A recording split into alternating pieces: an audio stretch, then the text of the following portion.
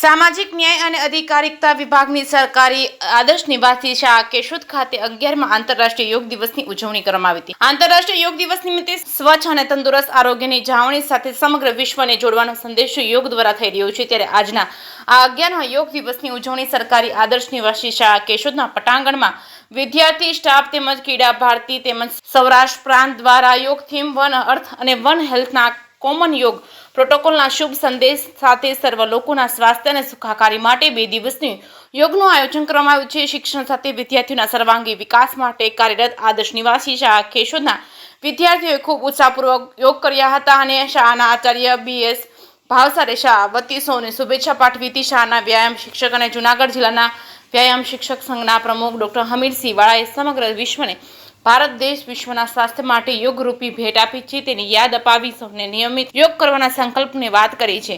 આ કાર્યક્રમમાં MD દાહીમા CRC રાજ નંદાણીયા હીરાભાઈ મુઝાળ ગિરીશભાઈ તેમજ દિનેશભાઈ વિજયસિંહ વાળા વગેરે જોડાયા હતા। યોગ કોચ અને ટ્રેનર તરીકે સંગીતાબેન કુંભાણી મિત્તલબેન રાદડિયાએ સેવા આપી હતી। આ તકે જિલ્લા નાયબ નિયામક PD સરવૈયા મદદનીશ સમાજ કલ્યાણ અધિકારી AK રાઠોડ જિલ્લા કચેરી દ્વારા સૌને અભિનંદન પાઠવ્યા હતા। જેકેસી ગુજરાતી સાથે રાજુ પંડ્યા કેશોદ।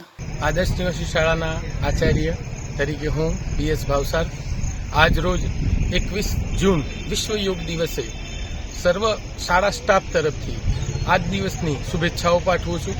આજ રોજ અમારી શાળામાં બાળકો અને શાળા સ્ટાફ દ્વારા ખૂબ ઉત્સાહપૂર્વક યોગ દિનની ઉજવણી કરવામાં આવી, જે અંતર્ગત બાળકોએ યોગના વિશે કેટલા એના ફાયદાઓ છે, ભવિષ્યમાં એના શું લાભ છે એનો પણ આજે પ્રવચન દ્વારા લાભ લીધો, તેમજ સર્વેએ યોગ દિવસની ઉજવણી ઉત્સાહભેર કરી।